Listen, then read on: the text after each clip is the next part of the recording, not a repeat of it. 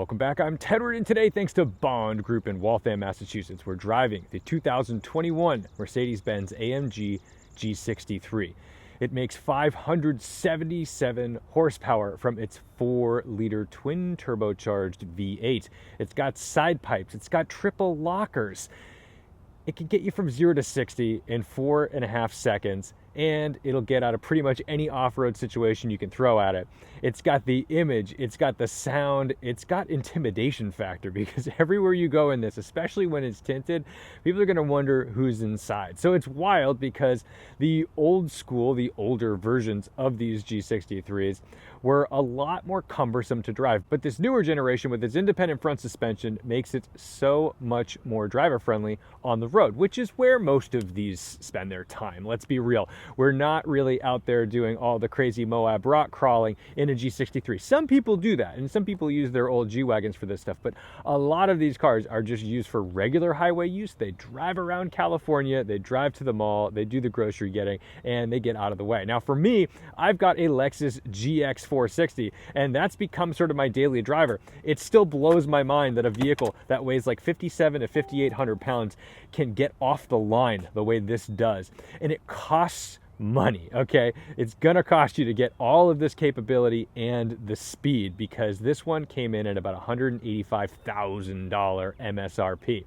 They start around 156, but we all know that the G-Wagon market has had its ups and it's softened a little bit, but these are still mighty expensive. You might be able to get a little bit of a taste of this speed if you get yourself a 392 Wrangler, but what you don't get in the 392 Wrangler is this insane exclusive interior. So I gotta say, you do get what you pay for. And when you see this steering wheel, you start to look at this vehicle a little differently, because suddenly you're wondering what would happen if you turned an AMG GTR into an off-roader. Well, this is your answer. Everyone loves the door sounds of a G-Wagon. It's just the bank vault of your dreams. Good stuff. Gluing us to the road on an optional 22-inch wheel are what look to be a more all-terrain focused tires from the aftermarket. These are the 285 section Nitto grapplers, and they look really aggressive on the vehicle, because everything else about a G-Wagon is very sleek and kind of civilized, whereas these tires definitely do not say civilized. But what's incredible is that they put giant brakes on this thing, so they're not joking around when they want you to be able to bring it back down from the incredible speeds this can handle. Side pipes, we love side pipes. They sound great. They're out on both ends, so proper dual exhaust, and everyone will hear you coming because it sounds like a tugboat driving down the street. You've got the spare tire on the back. These always look really strange when you see people take that spare tire off. It's suddenly even more of a box than it once was.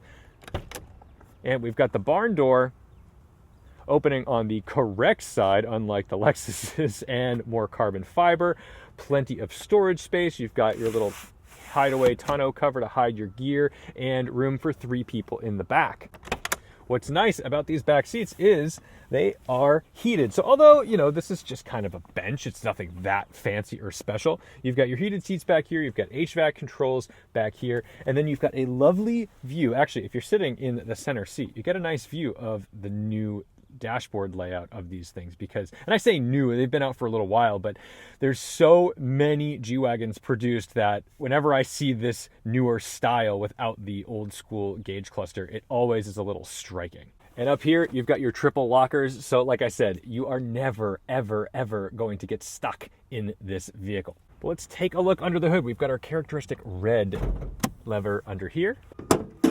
And there we've got our 4-liter V8 with our hot V, meaning the turbos are in between the cylinder banks, and that allows us to make, boost, and push air through this intake a little bit faster. And we've driven this engine in everything from Aston Martins to AMG GTRs. It's phenomenal and it's incredibly versatile. This is like the VQ35 of the Mercedes world. It just fits. So let's get out there and see what it's like to drive this on the road. To get it started, we've got our key here, and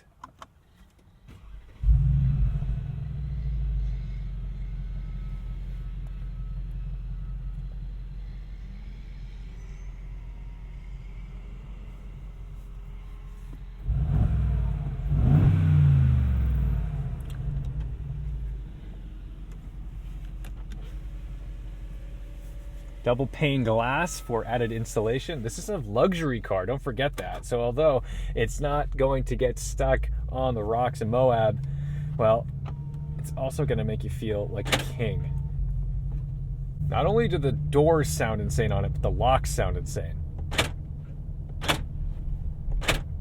That will scare you. Honestly, sometimes I get a little jumpy when I get in these and you pull away, it locks automatically.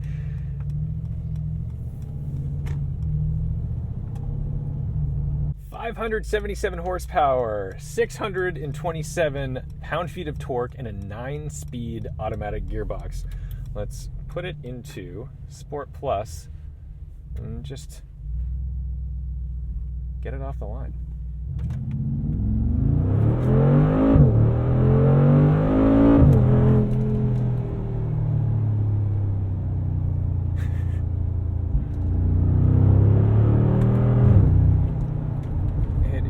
So quick. It makes no sense that this is an SUV.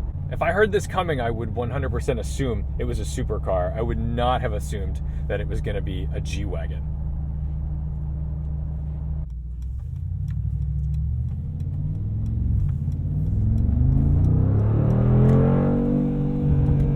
Sport Plus holding our gear a little longer than I care to, but you get the point.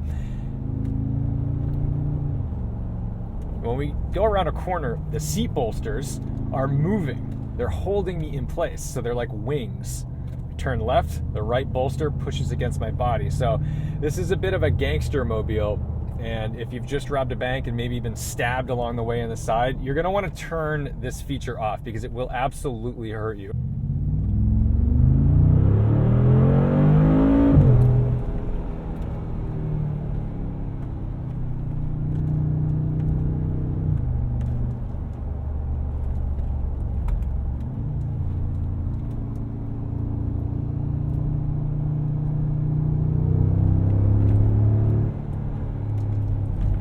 Unlike the sports cars that I drive down here,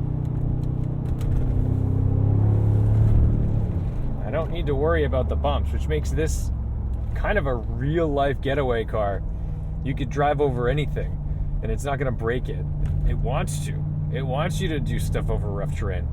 It's weird that this exists, though, because there's plenty of off-road vehicles out there. You know, you buy like a Toyota 4Runner or something, and that is going to get you over most things. But that's not a truck or SUV that could get out on a racetrack and like boogie. And like that's the hysterical thing about this, is you could actually bring this to a racetrack. No racetrack would actually let you drive on it, but you could, and it would probably give some serious cars a run for their money.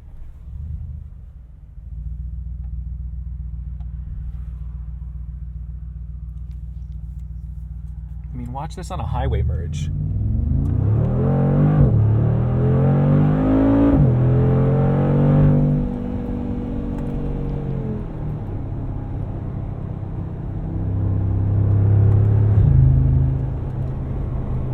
Snaps off gears so quickly. I mean, this is one of the faster transmissions you drive. And again, this is an off-road beast that can get to the trail like a supercar. It always bends my mind how capable this is. It makes no sense.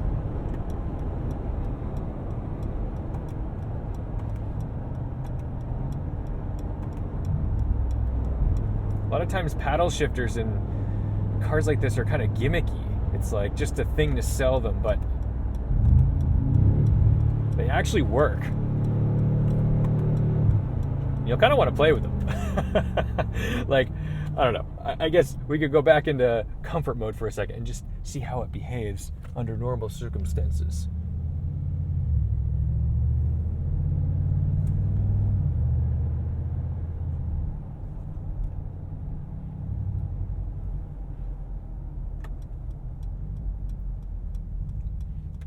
Has the brake hold, so if I just hold that a little extra, then hold the brakes for me. Typical Mercedes fashion. Don't need to be bothered by holding those brakes the whole time myself. And it has cylinder deactivation, so you'll notice as we kind of cruise along, there we've got our 4-cylinder icon showing us that we're saving fuel. Won't be doing that for long.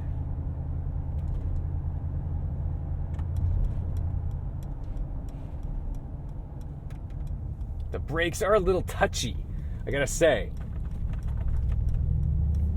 You've got to be really gentle on that pedal or else you kind of go through the windshield.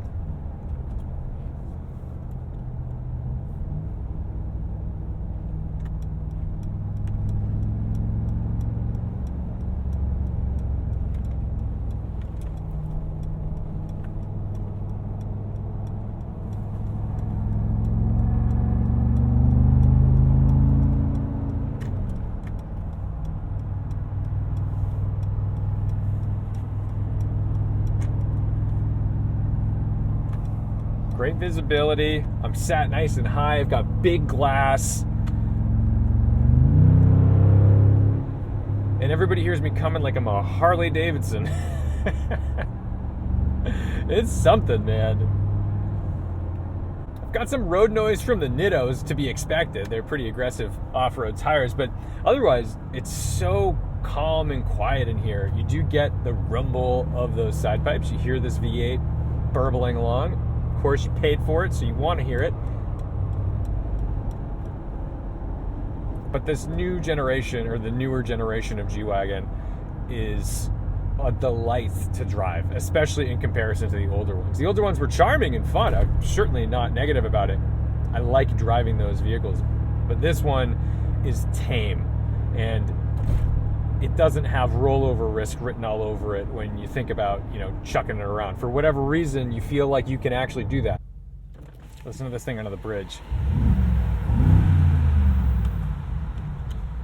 It's so angry.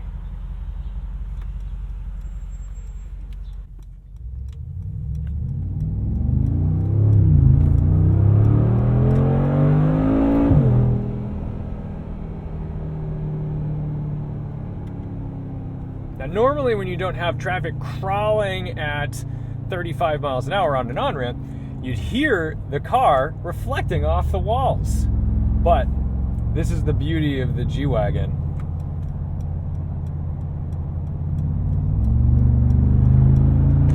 Torque. Back to appropriate speeds, and life moves on. No one will get in your way, because you'll always be able to get around them. You don't even need a paved road to do it.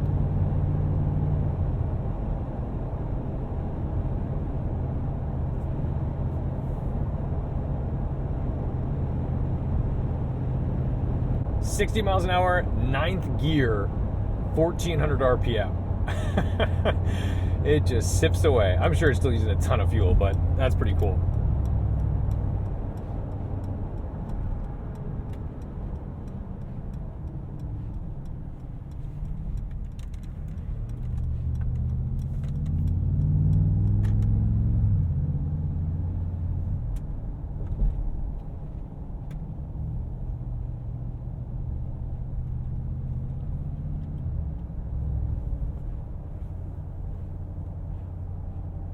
The steering wheel's fun. It might be a little much with the carbon and the Alcantara. Plus, Alcantara, it just never wears that well. Your hands, your palms are gonna get a little sweaty, and it's just gonna degrade it quickly. This thing is pretty new, and it could already use a little touch-up. Sometimes that happens. It's just the way it goes, and that's the thing about luxury cars, is there are certain interior pieces that wear immediately, and it's tough to keep them perfect. Do you need them to be perfect? No. But if this was just a leather wheel, it would do the job just fine. But the shape is fun. It's got the flat bottom, so it's got that F1 inspiration going on.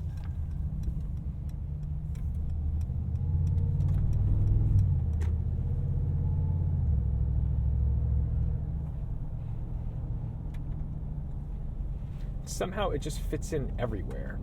I mean, you'll always be standing out, but it can be a city cosmopolitan kind of vehicle, but it can also fit in on the farm, it sort of goes everywhere.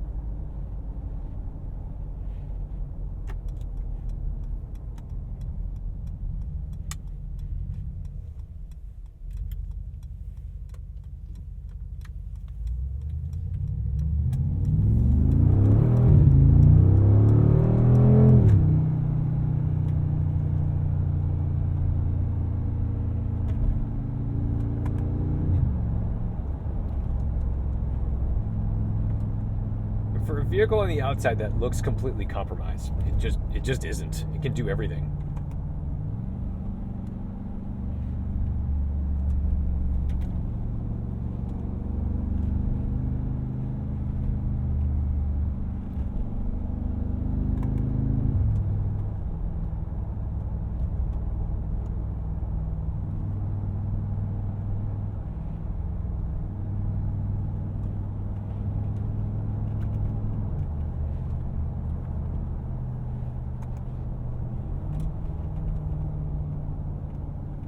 See a gap in traffic and you just take it.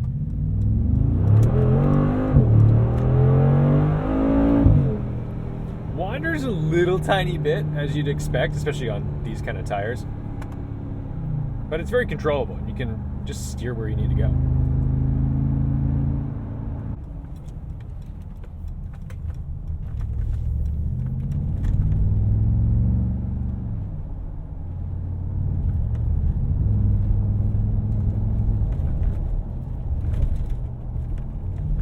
The next generation of these will be electric. There's going to be an electric G-Wagon. I think that's really cool. I already think this thing has torque and muscle and capability. I'm afraid of what it's like when it's heavier with some batteries, but we'll see. It'll have different capabilities. Maybe it'll do a tank turn or something like that. But what I find so fascinating about this already is that it's an Autobahn burner with triple lockers that can go off-road, rock crawl. It can be a posh city vehicle. It can be a capable country vehicle. It can kind of carve some canyons, a little bit clunkily, but it can do it. And I guess that's what you're paying for, because if you want a vehicle that can do all these things as well as it does it, you gotta pay for it. And when you think about it that way, around 200 G's starts to sound like a decent deal.